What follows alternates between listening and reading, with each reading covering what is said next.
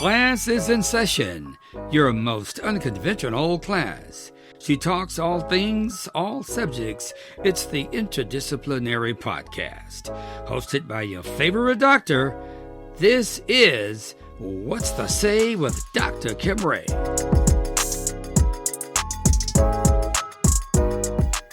Welcome to the show. I am your host, Dr. Kymrae. Today we're talking wealth, but a different kind of wealth. You know, that wealth that they say is recession-proof type of wealth. I don't know if that's so true, but anyway, we're talking about real estate today. That's right. And I brought on a really cool kind of guy that we'll be talking to in a minute. And we bring you different stuff every week. I mean, we literally talk about all subjects, all things, right? As my dad just told you in the intro, we are the Interdisciplinary Podcast where we talk all things. So, you know, I try to bring you new subjects and things that you do not receive from those other competitive podcasts. And I try to bring them here to you. So if you like what we're doing, hit that subscribe button and click your notification bell below for your weekly reminders what we have going on.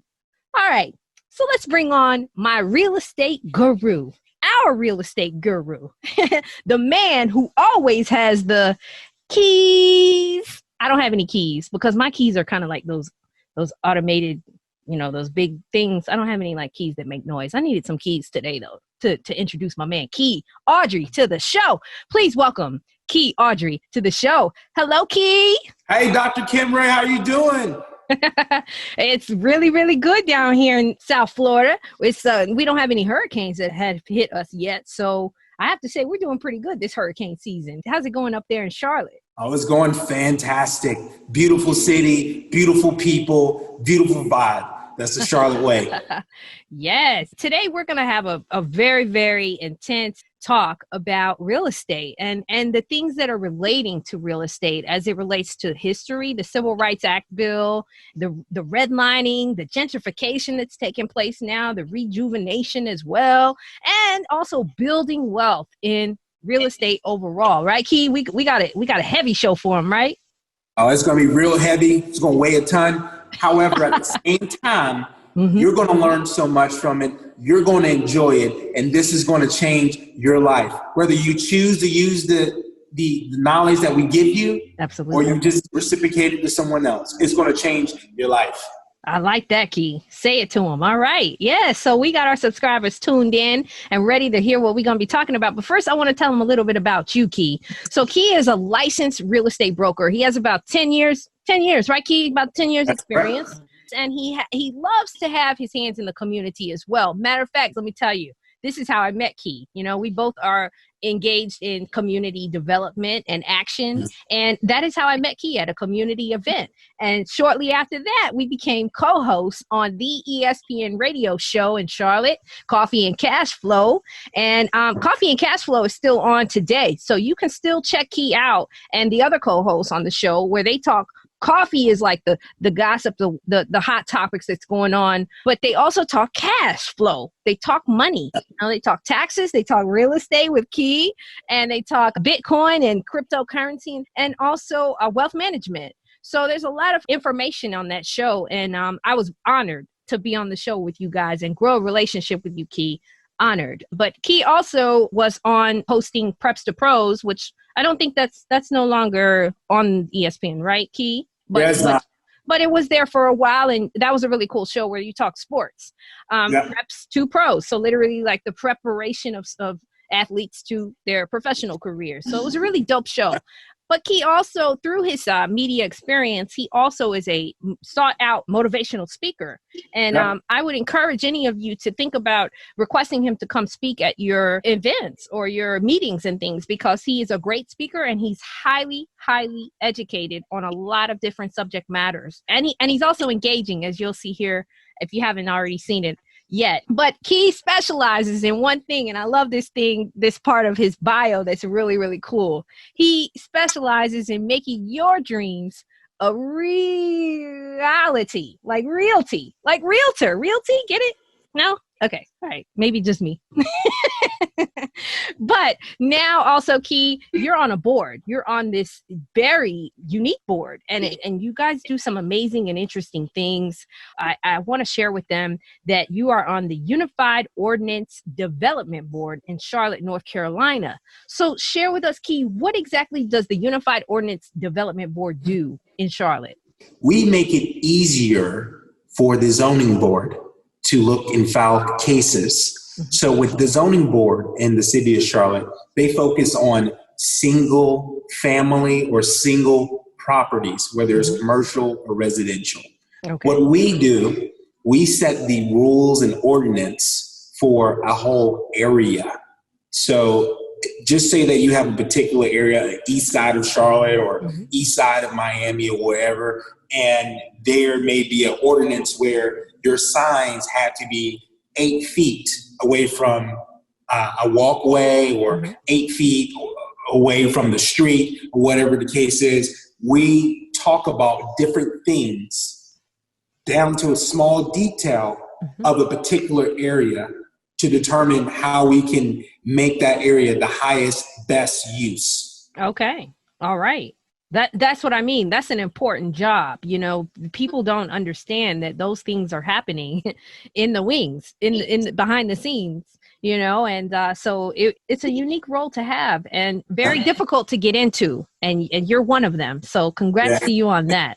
You know, so let's segue into what we're talking about, though, today. So now that everyone has heard a little bit about you and your background and your expertise, then they can understand why I chose you to be on this episode of the show today, right?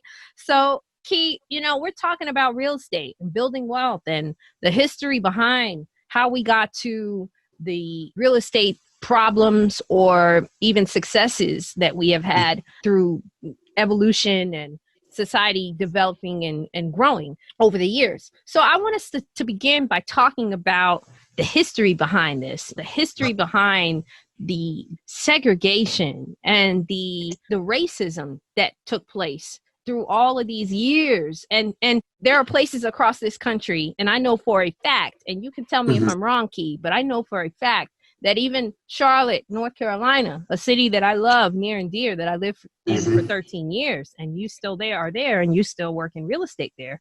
They have places where the deed, the DEEDS, the deed is has some disclaimer in the deed that says that this property cannot be sold to a Black, only Caucasian individuals. And tell me if I'm wrong, though that is still happening, right? In Charlotte, like there are deeds that are like that. Am I wrong or am I right? No, that you're on the money. There's several different places in around Charlotte where you have these houses that may have been around since the 1800s or early 1900s that still go. I mean, there's a place, if you Google, it's called South Park. It's where a lot of older people, older money lives, Myers Park, that whole Myers area. Park. A lot of those places still have in their deeds and it covenants and restrictions that Negroes cannot own property there. And when you speak about this to local government, you know, their response normally is, it's too much to go and undo all this stuff. Wow. You know, this is why it's so important to get involved in your local government and have some type of say-so with these boards and such. But yes, absolutely. Wow. And so, you know, Key, if that's going on in Charlotte, subscribers, that is going on across the nation in other places as well, because Charlotte is a very metropolitan city. This is not some backwoods, you know, just farmland city. This is a big city, you know. But I also want to bring up, Key, a little bit about this, the redlining. Redlining, you know, just so my subscribers know, redlining is a discriminatory practice, right? Where they basically have like fenced off certain, back in the day, they fenced off certain areas on like a map or something. And basically banks would avoid investments and loans and things to people of Black individuals specifically. And lower income white families would be able to receive funding and investments and loans for those same types of properties. But you would have an upper middle class or upper class Black family that couldn't even get the same type of funding just because of the color of their skin. There was also reverse redlining, which is funny. Reverse redlining is it's not funny. It's actually evil to me. I mean, you literally had people that were lenders who would target minority communities that were not in the red line communities. They lived in the regular communities, but yet they would be charged more for their mortgage just because they were Black. So I want to talk a little bit about how history has taken us from what I just mentioned, the redlining and the beginning of the civil rights bills and post-slavery and even post-segregation. Take us there and how we are where we are today in the real estate and housing industry.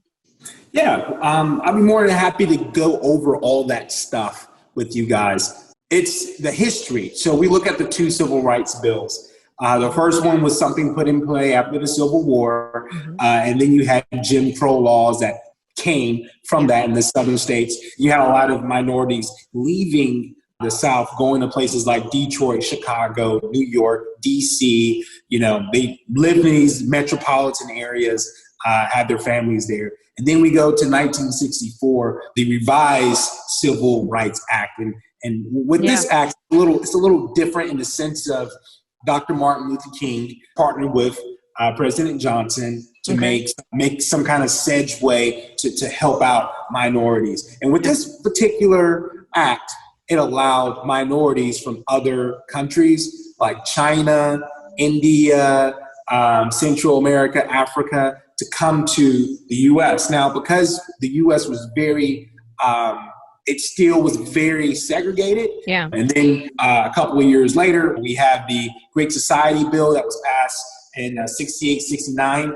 A lot of Black neighborhoods where we owned and practiced group economics, you have these people selling their business going elsewhere. Now, if you go today and you look at a lot of the minority neighborhoods, even if it's a predominantly Black neighborhood, you'll have a lot of Hispanics owning commercial real estate. You have Asians owning commercial real estate, and you have Indians, Africans, everybody else owning different commercial real estate, even though Blacks are the ones pretty much partaking in a lot of the economic exchange of commerce in these areas. So that came from 64. That happened from 64. Okay. And the biggest thing is that if you really want to make something happen, you have to have ownership, right? So let's now go to dissect this Great Society bill that was passed in 69.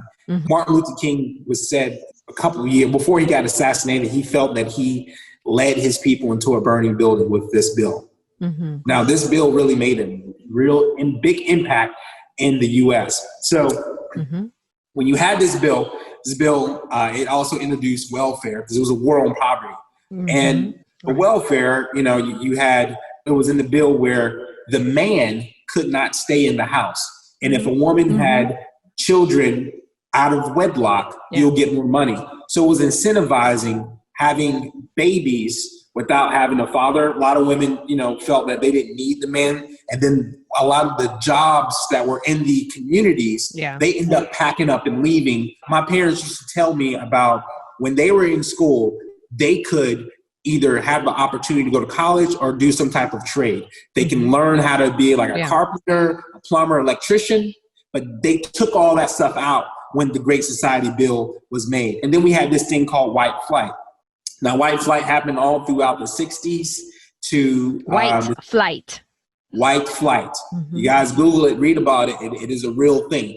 So in this time, you had all these places... when they passed the Great Society bill, you had Black families moving into Caucasian urban neighborhoods that were in the city. And then you had all this stuff with racism and prejudice going on.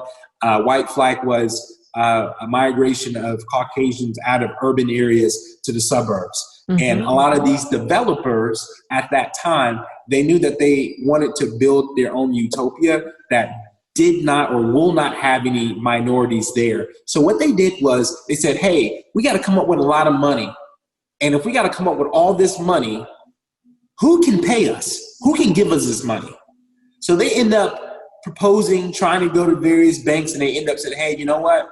Because of the discrimination law on 64, they said, hey, you know what? Let's go to the government. Let's go to the Federal Housing Association, talk to them and see if they can fund us. And sure enough, they had all different types of incentives that they had for building these houses, where these houses were actually pretty cheap. These houses were going for under $10,000. So just think of a house was selling back then in the 60s or early 70s for $10,000. That's equivalent to a house today being $90,000.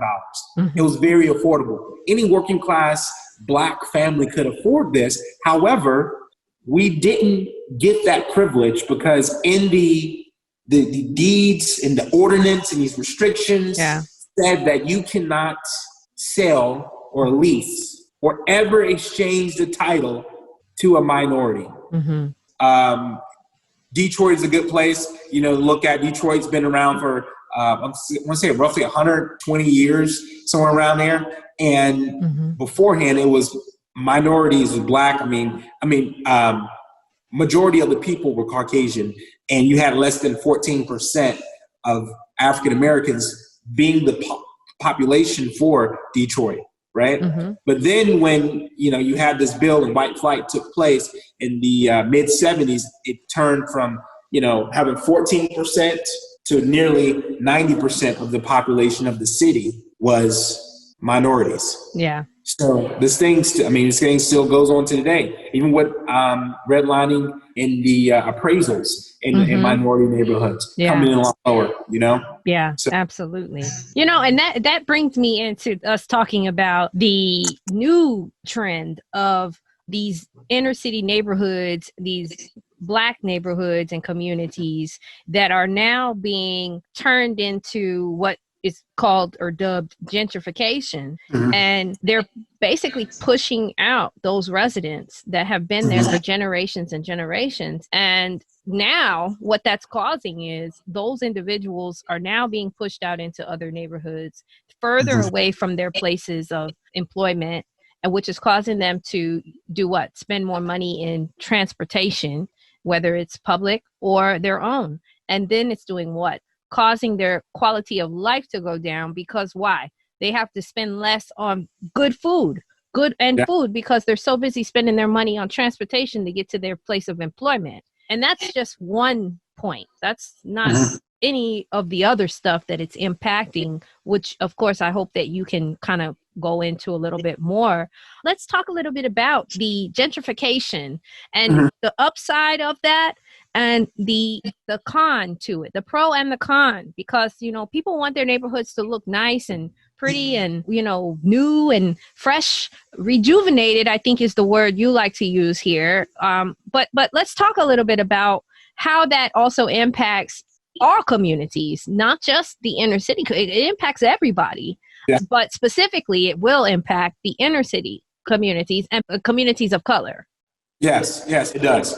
So let's look at DC, right? For example, I feel like a lot of people are familiar with DC. The chocolate city. Chocolate City. I don't know how chocolate it is now, though. Well, when white flight took place in DC, and you had a lot of Blacks that owned DC, you had something during the 70s, the 80s, the war on drugs, and that tore DC up. And that tore a lot of these cities up as well. Because you had these people, again, going back to the Great Society Bill, father is no longer in the house with mom. Father now has paying child support. She's getting welfare, whatever the case is, if that's the situation. And now father feels lonely and sad and doesn't feel like a man. Because in that generation, you had to provide to be considered a man. Correct. So now you have the war on drugs. The war on drugs took place. And you had a lot of abandoned buildings. You had a lot of crime in these areas, dysfunction, over-policing, just a terrible thing, right? Yeah. And when you look at gentrification, a lot of people think of elderly people having everything, and the cities look at things as how they can get the most money from something. A city is a business, just say you have your grandmother who's pretty much been living in their house her whole life, right? And she paid her house off, and now she's making $800 payments a year with her taxes. Okay.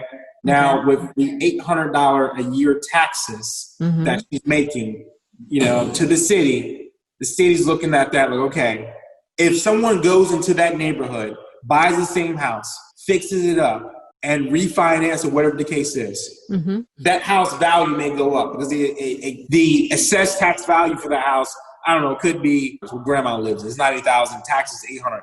But if someone goes in and buys grandma's house for $80,000, put $50 in it, and it looks nice, and more people do that, and now the tax go from $800 to $1,600 in a year's time, the city's for it.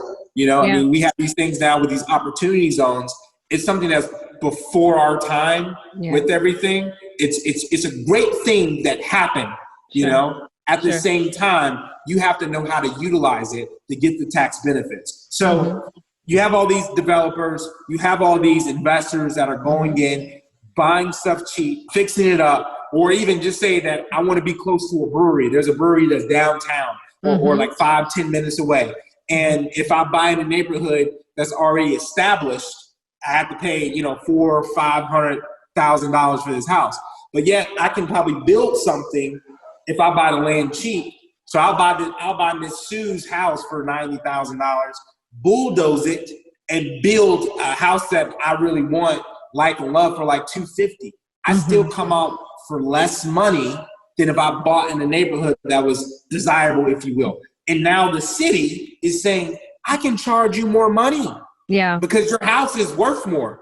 And the city's okay with that because there's more tax dollars that they can spend, whether they spend it in schools, pay employees, do functions, is more money that they can have.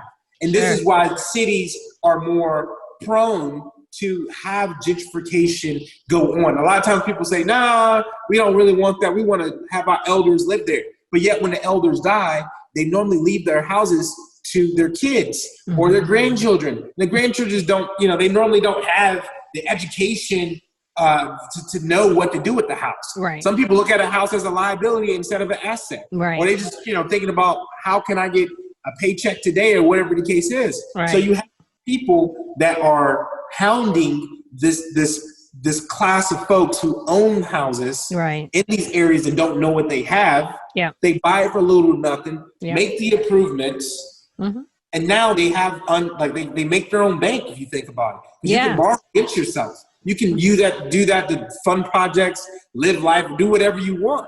And in the city on the other end, I just want to kind of bring it back all together. The city on the other end looks at it like, hey, if you do that, we don't really say that we agree with it, but if you do that, we'll take your money. Yeah.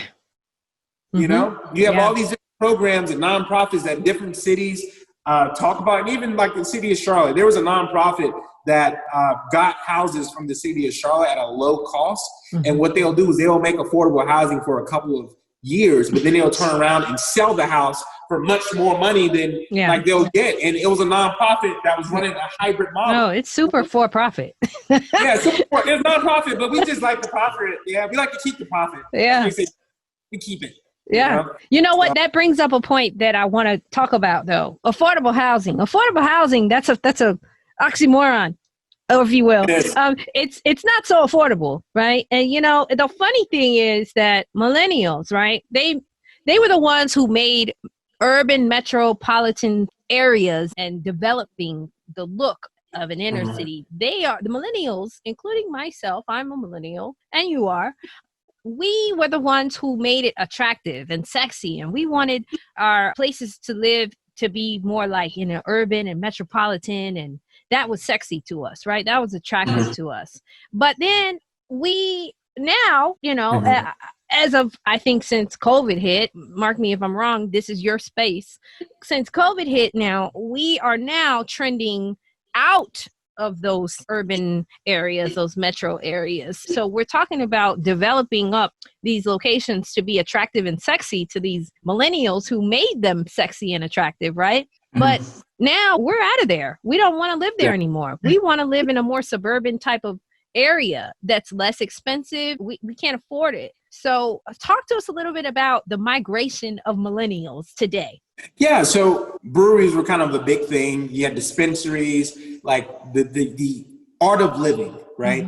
How and what you do, and from a day-to-day time, your lifestyle. So going back to white flight, when you have these families that had babies and kids and such, and they got these houses for dirt cheap, built all this equity, sent their kids to college, bought other real estate, other assets to build wealth. These kids we grew up with, these millennial kids, that families lived in these suburbs, they pretty much went and moved to the city. We pretty much, as a millennial, we go against everything. We question everything of our ancestors, And with that being said, they said, hey, I want a change of life. I'm going to move to, Los Angeles. I want to move to New York. I'm going to live in New York. Then when, we had this big change, people moving there, doing all kinds of different stuff. And now with this tech age, you have all these tech jobs where you can literally work from home, be in the big city, live this lifestyle and things of that nature. Well, when COVID hit, you had more people that lived in these ginormous cities like Los Angeles, New York City, Houston, Dallas, that wanted to get away to better living. I'm finding that more people from those top tier cities are moving down just because they realize that the price of living is a lot cheaper. You can have more money and keep your money living here doing your something. Your quality of life instantly goes up. Instantly. So I've had several people when COVID hit a while back ago where they pretty much was like, hey, I work for this company. I'm working from home. I'm based out of New York. They still want to pay me my New York salary. I want to buy something in Charlotte and live a lot better. So it takes me to the different types of cities, right? And this is what developers look at. So let's go over an A-type city. A-type, A-list, whenever you think of like big city life, big business in the city, it's like your New York's, your Miami's, your Dallas, your Houston, Texas, your Los Angeles, your Sacramento and Seattle, Washington. Those are like your A-list cities. And then we drop down to another tier, your B-list cities. These are like your Charlotte, your Fort Lauderdales, your Orlandos, your Austin, Texas. They're a big city, but it's still got a lot of growth. There's a lot of opportunity there. So a lot of investors, like I have a lot of people from DC, that DC is an A-list city and there is no land to build in DC. Right. However, these developers saying that, hey, we can take the same model of how DC was 10 years ago, move to Charlotte, North Carolina, and do the same thing. Yeah. And this is what developers and savvy real estate investors are doing. They're coming to these B and C-list cities. And let me go over C-list. C-list are more of like your small town, big cities. So like in North Carolina, we have a Greensboro. In Florida, I know like Cocoa Beach is like that. It's like a small town. Yeah. People know about it. It may be on the map, but it's kind of still a little, ain't no Miami. It has a beach. It has a beach, right? It has a beach and a boardwalk. It works, right? So a lot of these developers and investors are coming to the cities. Yeah. They're meeting with city council and city officials, telling them about all these projects they're going to do. When you have big projects that are in place, it increases the quality of life. And it also gives your city a better chance of pitching major jobs to come to your area. So like a while back ago, Charlotte tried to pitch for Amazon headquarters. And we showed all the things that Charlotte was doing to come to Charlotte. We got all these things that are about to happen that are going to develop that your people can live in. And they can live and live a great life because the cost of living isn't that expensive. Yes, I have Key Ardrey with me, 10 years licensed real estate broker. Also, my former co-host, but he is still on there, ESPN Radio's media personality for Coffee and Cash Flow show. You can catch him on there. So I want to talk real quick, Key, because we're running into my subscribers checking out on us. And I want them to hear this point. I want them to understand some of the sources that you are aware of that can build wealth for them. I want them to receive understanding how we can build wealth. So talk to them a little bit about those sources really, really quick if you can. Give them some nuggets.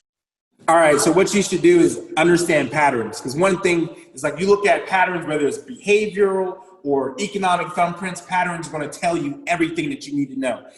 If you have a place that you know that's been gentrified recently, go into the supermarkets, look at what type of food is there. Look at, notice the infrastructure of all the commercial space. Is there a lot of glass there? Then look at the homes. Like if the homes are newer, or are they close to any type of access point, like a highway, freeway, things of that nature? Pay attention if there's any older homes, what type of upgrades people are doing with the older homes. But the main thing I want you to really do, like taking into consideration all this stuff, is get involved with your local city government. In a sense of, if you want to know what's going on, ask a council member or reach out to someone who's in the zoning department or an ordinance board. Every city and town should have these committees, because you have to let people know what you're doing. It has to be voted before it can be done. Now, the city of Charlotte has a 2040 plan that we're working on, and we're getting close to coming up with the 2040 and being able to submit all these plans in action and submitting it and making sure that it's done to a T. Okay. Your city has the same thing. Whether it's the 2040, 2050, 2060 plan, there's a plan out there. You can get access to it, and it should be public knowledge.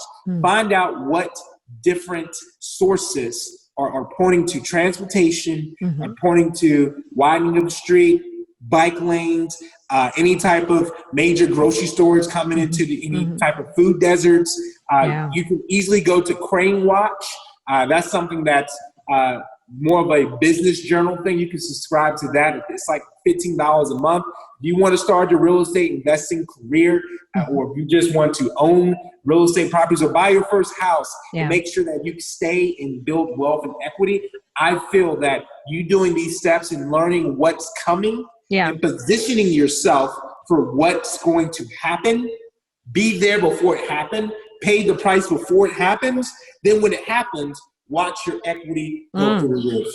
Say it. I want to piggyback on that, because I did work for the city at some point in my career. And I learned that the DOT, the Department of Transportation, handles a lot of what you just kind of talked about, the bike lanes, the widening of the streets and things like that, economic development departments as well. So you can attend those meetings and you can actually hear and understand what even city council, like you said, those meetings, those are public meetings. You can actually come to those meetings and listen to what they are going to be doing, so that you can prepare yourself for you and your family, where someone who's not listening and tuned in to what the city is going to be doing, you might miss out if you don't go to those meetings. So those are really good points, Key. Key Ardrey, guys, we appreciate you coming and joining us today, Key, and sharing this information with us.